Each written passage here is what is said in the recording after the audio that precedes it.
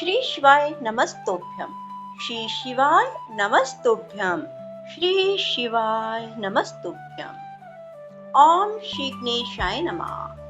काल हर, कष्ट हर, दुख हर, संकट हर, दारिद्र्य हर, सुख संपत्ति कर, नमः पार्वती पते, हर हर महादेव। बंधुओं, आज मैं आपको श्रावण मास महात्म की कथा का 19वां अध्याय श्रवण करवाने जा रही हूँ।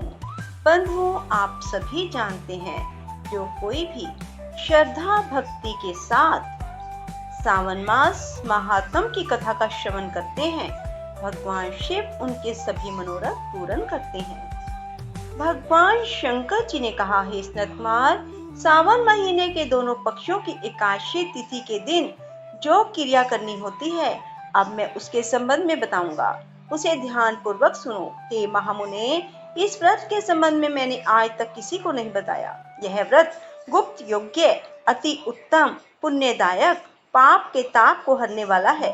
मनुष्यों को उनके मनोवांछित फल की प्राप्ति होती है। श्रावण मास में किए गए पापों का नाश करने वाला सब व्रतों में उत्तम यह पवित्र एकादशी का व्रत है। हे बस, इसके संबंध में मैं तुम्हें सब कुछ बतलाऊंगा, तुम ध्यान पूर्वक सुनो। दशमी के दिन प्रातःकाल स्नान करके पवित्र होकर गुरुदेव की आज्ञा से वेद वेता पुराण ज्ञाता जितेंद्रिय द्विजों का पूजन करना चाहिए। देवेश, भगवान श्री विष्णु की 16 उपचारों से पूजा करके उनसे प्रार्थना करनी चाहिए। हे पुंडरीकाक्ष, मैं आने वाली एकादशी को निराहार रहूंगा और उससे अगले दिन भोजन करूंगा। हे अच्युत, आप मेरी रक्षा करें।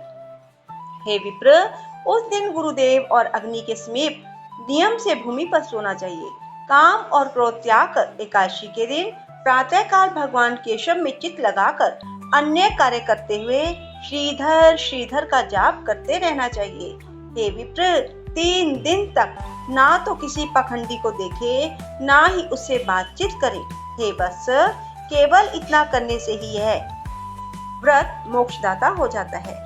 मध्याह्न के समय पंचगव्य लेकर क्रोध को त्याग कर नदी आदि के पवित्र जल में स्नान करना चाहिए। भगवान सूर्य को नमस्कार करके श्रीधर की शरण में जाकर वरण आचार आदि सब काम करके अपने घर को वापस लौटना चाहिए। घर पर आकर श्रद्धा और भक्ति द्वारा भगवान श्रीधर का अर्चन पूजन धूप दीप अनेक तरह के नैवेद्य द्वारा करने चाहिए। रात में गीत वाद्य कथा सुननी चाहिए, जागरण करना चाहिए।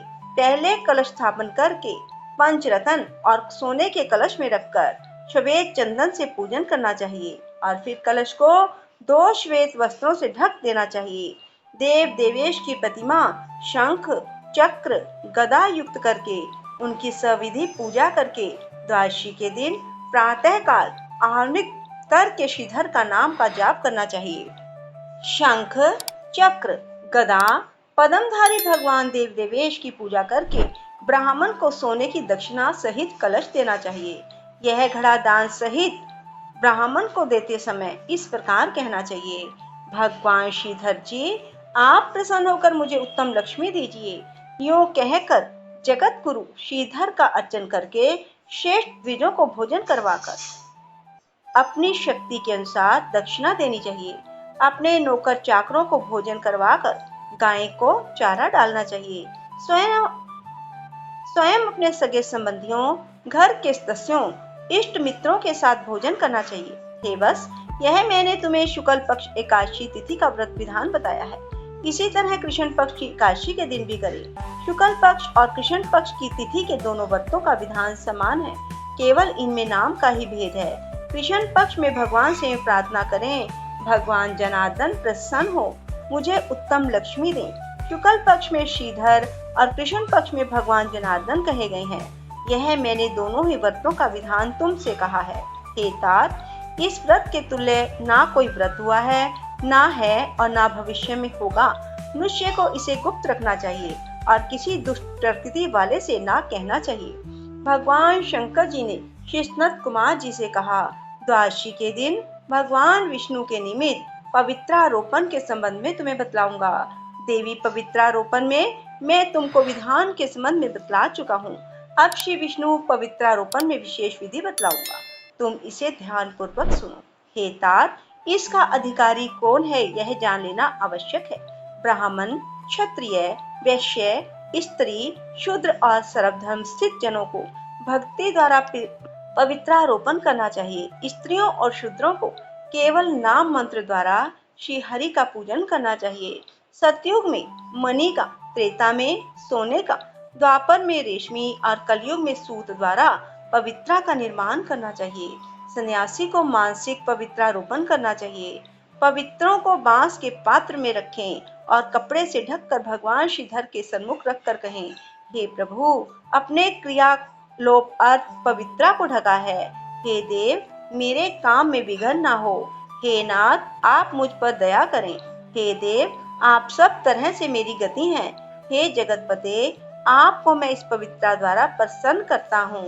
हे देवेश, आज से लेकर वर्ष भर तक व्रत नाशक काम, क्रोध आदि ना हो। हे देवेश, आप तब तक मेरी रक्षा करें जब तक कि मेरा व्रत पूरा ना हो जाए। मैं आपका भक्त हूँ, आपको नमस्कार है। इस तरह भगवान श्रीधर से प्रार्थना करनी चाहिए। कलश पर बांस के पात्र में रखिए पवित्रा को नम्रता पूर्वक इस प्रकार प्रार्थना करनी चाहिए। हे पवित्रा, 1 वर्ष तक किए अर्चन से प्रसन्न होकर आप विष्णु लोक से यहाँ आई हैं। आपको नमस्कार है। हे देव, विष्णु तेज से उत्पन्न, रमणीय और पाप नाशक, सब इच्छाओं के प्रदाता, आपके शरीर में पवित्रा को धारण करता हूँ। हे देवेश, पुराण पुरुषोत्तम आप मेरे द्वारा निमंत्रित हैं, अतः आपका पूजन करूंगा। आप मेरे समीप्य हो, आपको नमस्कार है। हे देव, कल प्रातःकाल आपके निमित्त इस पवित्रा को अर्पण करूंगा। फिर पुष्पांजलि देनी चाहिए। रात में जागरण करना चाहिए। एकादशी के दिन अधिवासन करके द्वादशी के दिन प्रातःकाल पूजन करना चाहिए। गंध, दूर्वा, चावल और हाथ में पवित्रा को ग्रहण करके कहना चाहिए, हे देवों के देव, आपको नमस्कार है। इस पूजा को आप स्वीकार करें। 1 वर्ष तक पुण्य फलप्रद पवित्रा से निवेदन करना चाहिए। आप मुझे पवित्र करें। हे देव, मैंने आज तक जो पाप किया है, आपके सुप्रसाद द्वारा उन पापों से मुक्त हूँ। मूल मंत्र द्वारा पवित्रा को संपुटित कर नैवेद्य करना चाहिए।